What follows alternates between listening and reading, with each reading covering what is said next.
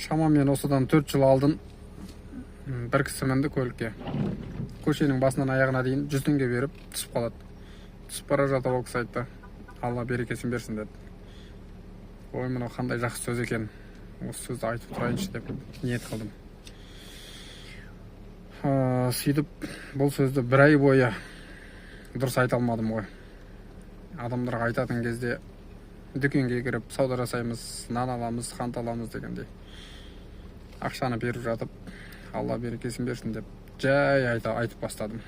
Анау сауда жасап тұрған адам естімейді менің айтып жатқан сөзімді. Нәпсінің қытығысы келеді екен да басында.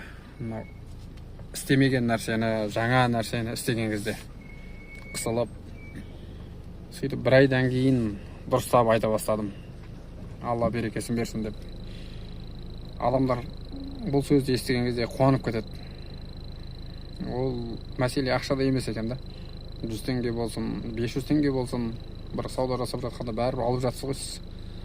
Сол сөзді естіген кезде қуанып кетеді адамдар. Бір-бірімізді қуантып тұрайық, жақсы сөз айтып тұрайық бір-бірімізге. Тіркеліп кетіңіздер.